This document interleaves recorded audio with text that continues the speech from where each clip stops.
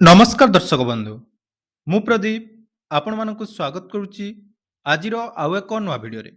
ତ ରାଜ୍ୟର ସମସ୍ତ ଚାଷୀ ଭାଇ ଭଉଣୀମାନଙ୍କ ପାଇଁ ଆଉ ଗୋଟେ ବହୁତ ବଡ଼ ଇମ୍ପୋର୍ଟାଣ୍ଟ ଅପଡେଟ୍ ରହିଛି।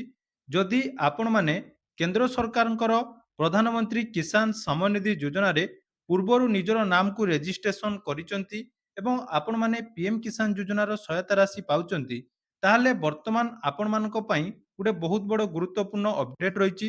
ଯଦି ଆପଣମାନେ ଏହାର ପରବର୍ତ୍ତୀ ଯେଉଁ 30 ଆମର 23ତମ କିସ୍ତି ଆପଣମାନଙ୍କର ଆସିବା ପୂର୍ବରୁ ଯଦି ଆପଣମାନେ ଏହି କାମ କରୁନାହାନ୍ତି, ତାହେଲେ ପିଏମ୍ କିଷାନ ଯୋଜନାର 23ତମ ଇନଷ୍ଟଲମେଣ୍ଟ ଆସିବା ସମୟରେ ଆପଣମାନଙ୍କ ଟଙ୍କା ଆସିନପାରେ। ତେଣୁ ପିଏମ୍ କିଷାନର ଯେଉଁ ନୂଆ ଅପଡେଟ୍‌ଟି ଆସିଛି, ଆସନ୍ତୁ ସେ ବିଷୟରେ କିଛି ଇମ୍ପୋର୍ଟାଣ୍ଟ ଅପଡେଟ୍ ଜାଣିବା। ନୂଆ ଅପଡେଟ୍ ଅନୁସାରେ ହିତାଧିକାରୀମାନଙ୍କୁ କେଉଁ କାମ କରିବା ପାଇଁ ପଡ଼ିବ ଏବଂ କେଉଁମାନେ ଏହି କାମ କରିବେ ନିଜ ମୋବାଇଲରେ ମଧ୍ୟ ଆପଣମାନେ କରିପାରିବେ, ସେ ବିଷୟରେ ସମ୍ପୂର୍ଣ୍ଣ ଡିଟେଲ୍ସ ଜାଣିବା। ତା ପୂର୍ବରୁ ଯଦି ଚ୍ୟାନେଲକୁ ପ୍ରଥମ ଥର ଭିଜିଟ୍ କରୁଛନ୍ତି, ଭିଡ଼ିଓକୁ ଲାଇକ୍ କରିବେ, ଚ୍ୟାନେଲକୁ ସବସ୍କ୍ରାଇବ୍ କରିବା ସହିତ ପାଖରେ ଥିବା ବେଲ୍ ଆଇକନ୍‌କୁ କ୍ଲିକ୍ କରି ଅଲ୍‌ରେ ସେଟ୍ କରିଦେବେ। ତ ଦେଖନ୍ତୁ, ପିଏମ୍ କିଷାନ ଯୋଜନାରେ ବର୍ତ୍ତମାନ ଯେଉଁ ଅପଡେଟ୍‌ଟି ଆସିଛି, ଯେଉଁଥିରେ ଯେଉଁ ହିତାଧିକାରୀମାନେ ପୂର୍ବରୁ ପିଏମ୍ କିଷାନ ଯୋଜନାର ସହାୟତା ରାଶି ପାଉଛନ୍ତି, ସେମାନଙ୍କର 23ତମ ଇନଷ୍ଟଲମେଣ୍ଟର ଟଙ୍କା ଆସିବା ପୂର୍ବରୁ ଇ-କେୱାଇସି କରିବା ପାଇଁ ମ୍ୟାଣ୍ଡେଟୋରି ଅଟେ। ଅର୍ଥାତ୍ ଆପଣମାନେ ପୂର୍ବରୁ ଯଦି ଟଙ୍କା ପାଉଛନ୍ତି, ତେଣୁ ବର୍ତ୍ତମାନ ଆପଣମାନଙ୍କୁ ଇ-କେୱାଇସି କରିବା ପାଇଁ ପଡ଼ିବ ଏବଂ ଯେଉଁ ଇ-କେୱାଇସି ପ୍ରୋସେସ୍ ଆପଣମାନଙ୍କୁ ନିଜ ମୋବାଇଲରେ ହିଁ କରିବା ପାଇଁ ପଡ଼ିବ।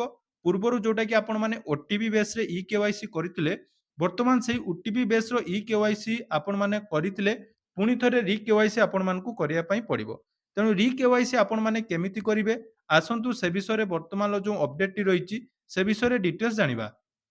ତ ଦେଖନ୍ତୁ, ବର୍ତ୍ତମାନ ଆମର ministry of agriculture and farmer welfare department ତରଫରୁ ପିଏମ୍ କିଷାନର ସମସ୍ତ ହିତାଧିକାରୀମାନଙ୍କ ପାଇଁ ଯେଉଁଟାକି ଡିଜିଟାଲି ଆପଣମାନେ ପିଏମ୍ କିଷାନ ଅଧୀନରେ ଆପଣମାନଙ୍କର ଭେରିଫିକେସନ୍ ଟାଇମ୍ ଟୁ ଟାଇମ୍ କରିବା ପାଇଁ ଯାହାକି ନିର୍ଦ୍ଦେଶ ଦିଆଯାଇଛି।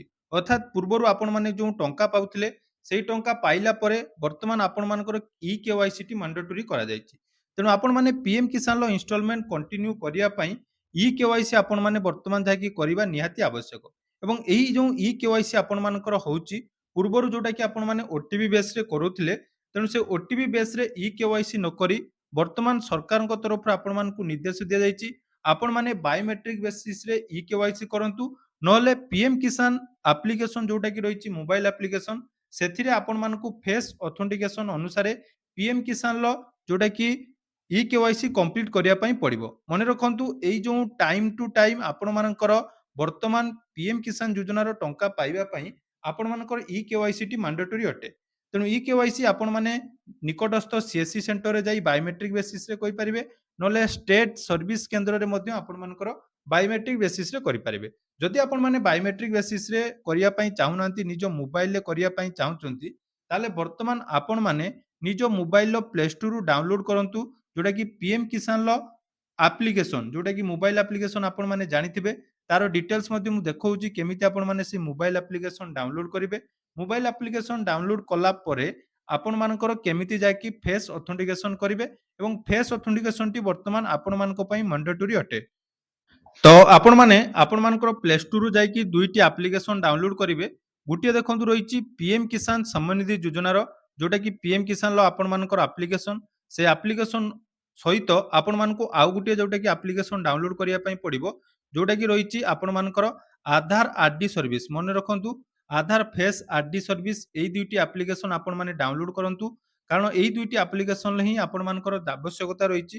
ତେଣୁ ପୂର୍ବରୁ ଆପଣମାନେ ପିଏମ୍ କିଷାନ ଆପ୍‌ରେ ଯେତେବେଳେ ଆପଣମାନଙ୍କର ଲଗ୍ଇନ୍ କରୁଥିଲେ, ସେ ସମୟରେ ଆପଣମାନଙ୍କର କ'ଣ ଶୋ କରୁଥିଲା ନା କେବଳ ଓଟିପି ବେସ୍‌ରେ ଆପଣମାନେ ଆଧାର କାର୍ଡ ଦେଉଥିଲେ ଏବଂ ଓଟିପି ବେସ୍‌ରେ ଆପଣମାନେ କରିନେଉଥିଲେ। କିନ୍ତୁ ବର୍ତ୍ତମାନ ସେଇ ଓଟିପି ବେସ୍‌ରେ ଆପଣମାନଙ୍କର ଯେଉଁଟାକି ବନ୍ଦ କରିଦିଆଯାଇଛି। ତେଣୁ ତା ପ୍ରତିବଦଳରେ ଆପଣମାନେ ପିଏମ୍ କିଷାନ ଆପ୍‌ରେ ଫେସ୍ ଅଥେଣ୍ଟିକେସନ୍‌ରେ କରିବେ। ତେଣୁ ଫେସ୍ ଅଥେଣ୍ଟିକେସନ୍‌ରେ କେମିତି ହେବ, ଆସନ୍ତୁ ଡିଟେଲ୍ସ ଦେଖିବା। ତ ଆପଣମାନେ ସମସ୍ତେ ଦେଖିପାରୁଥିବେ, ନିଜ ମୋବାଇଲରେ ଯେଉଁ ପିଏମ୍ କିଷାନ ଆପ୍ଲିକେସନ୍ ଆପଣମାନେ ଡାଉନଲୋଡ୍ କଲେ, ତ ସେଇ ପିଏମ୍ କିଷାନର ଆପ୍ଲିକେସନ୍‌କୁ ବର୍ତ୍ତମାନ ଆପଣମାନେ ଓପନ୍ କରିବେ। ତ ଯେତେବେଳେ ଓପନ୍ କରୁଛନ୍ତି, ଦେଖନ୍ତୁ ଆପଣମାନଙ୍କ ସାମ୍ନାରେ ଏମିତି ଯାଇକି ଆସିବ। ତେଣୁ ଏହା ସହିତ ଆପଣମାନଙ୍କୁ ଆଧାର ଫେସ୍ ଆର୍‌ଡି ମଧ୍ୟ ଡାଉନଲୋଡ୍ କରିବା ପାଇଁ ପଡ଼ିବ। ତାପରେ ଦେଖନ୍ତୁ ନେକ୍ସଟ ଅପସନ୍ ଅଛି, ତ ସେଇ ନେକ୍ସଟ ଅପସନ୍‌ରେ ଆପଣମାନେ କ୍ଲିକ୍ କରିଦେବେ। ତ ଯେତେବେଳେ ନେକ୍ସଟ ଅପସନ୍‌ରେ କ୍ଲିକ୍ କରିବେ, ଆପଣମାନଙ୍କର ଦେଖନ୍ତୁ ଏମିତି ଯାହାକି ଡିଟେଲ୍ସ ଆସିବ, ଯେଉଁଥିରେ ପ୍ରଥମେ ଆପଣମାନଙ୍କର ଇଂଲିଶ ବା ହିନ୍ଦୀ ଆପଣମାନେ ସିଲେକ୍ଟ କରିବେ। तो ये फास्ट आपण मैंने इंग्लिश सिलेक्ट करदे। सिलेक्ट कर सारा पर देखो सबमिट ऑप्शन क्लिक करेंगे। तेणु स्टेप बाय स्टेप आपण मानकु करिया पई पड़िबो। तेणु ताको आपण माने भल भाबरे करिवे। तापर टिके समय देखिबे एडी आपण मानकर जोटा कि एप्लिकेशन टी ओपन हे जिवो। एप्लिकेशन ओपन हला परे दुईटी ऑप्शन रहिछि देखंतु। गुटे रहिछि अपडेट मोबाइल नंबर आ गुटे रहिछि लॉगिन। पूर्वरु एथिरे आपण मानको न्यू रजिस्ट्रेशन मध्ये होई पारतिला किंतु न्यू रजिस्ट्रेशन वर्तमान जाके हटै दिया जायछि। तेणु लॉगिन ऑप्शन ले आपण माने क्लिक करिवे। जतबे लॉगिन ऑप्शन ले क्लिक करिवे एथे आपण मानकु लॉगिन टाइप पचारिबो। तो लॉगिन टाइप रे देखंतु विभिन्न प्रकार रहिछि। गुटे रहिछि state official, beneficiary, external users एवं विलेज ऑफिसर। तो जेहेतु हमर बेनिफिशियरी ऑप्शन ले करिवार अछि तेणु बेनिफिशियरी ऑप्शन ले क्लिक करिवे। तापर बेनिफिशियरी ऑप्शन ले क्लिक कला परे एठी आपण मानकर कोन रहिछि देखंतु रेजिस्ट्रेशन आईडी बा आधार नंबर। जदि आपण मानको पाखरे पीएम किसान लो रेजिस्ट्रेशन आईडी अछि ताले रेजिस्ट्रेशन आईडी आपण माने एठी देबे। नले आधार नंबर एठी आपण मानको दबा पई पड़िबो। जो आधार नंबर कि आपण मानकर पीएम किसान लो हिताधिकारी आधार नंबर बा आपण मानकर जो आधार नंबर टी पीएम किसान रे अछि से आधार नंबर टी एठी आपण माने एंटर करिवे। तो देखंतु म एठी आपण मानको सामने रे आधार नंबर टी एंटर करनोची। तेणु आधार नंबर एंटर करिवा सहित आपण मानकर जो हिताधिकारी आपण माने करूचंती बा निजे जदि आपण माने करचंती आपण मानकर फेस ऑथेंटिकेशन वर्तमान एठी हबो। पूर्वरु जोटा कि आपण मानकर एठी कोन होतला ना ओटीपी बेस रे तापर face e KYC login option ले क्लिक कर देबे। तापर देखंतु एठी आपण मानकर आसी जिवो प्रोवाइड हमरो फेस ऑथेंटिकेशन पई आपण मानकर जोटा कि टर्म एंड कंडीशन ले क्लिक करिवे। तापर स्कैन फेस ऑप्शन ले क्लिक कर देबे। जतेबेले स्कैन फेस ऑप्शन ले क्लिक करचंती आपण मानकर जो आधार आईडी टी आपण माने डाउनलोड करथिबे सेटा इंस्टॉलेशन हे जिवो एवं आपण मानकर एटी ई केवाईसी जोटा कि कंप्लीट करिवे।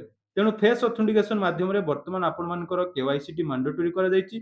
तेणु जो हिताधिकारी माने वर्तमान सुधा एथिरे निज निजर केवाईसी करि नाहंती आपण माने जदि नुवा भी आवेदन करिचंती एवं आपण मानकर एप्रूवल हेछि ताले निहाती एही प्रोसेस रे आपण मानकर फेस ऑथेंटिकेशन जोटा कि करै नियंतु। नहले परवर्ती समय रे आपण माने जोटा कि असुविधार सम्मुखीन होई पारंती बा आपण मानकु पीएम किसान योजनार 23तम इन्स्टॉलमेंट टंका न मिली पारे। तेणु यह थिला आजिरो इंपोर्टेंट अपडेट। आशा करूची भिडियोटी आपण मानकु निहाती इन्फॉर्मेटिव लागिथिबो। तो जदि भिडियोटी इन्फॉर्मेटिव लागिछि चैनल को सब्सक्राइब करिवे एवं आपण माने वर्तमान सुधा एही अपडेट जानिथिले कि नै कमेंट सेक्शन रे जणैबे। धन्यवाद।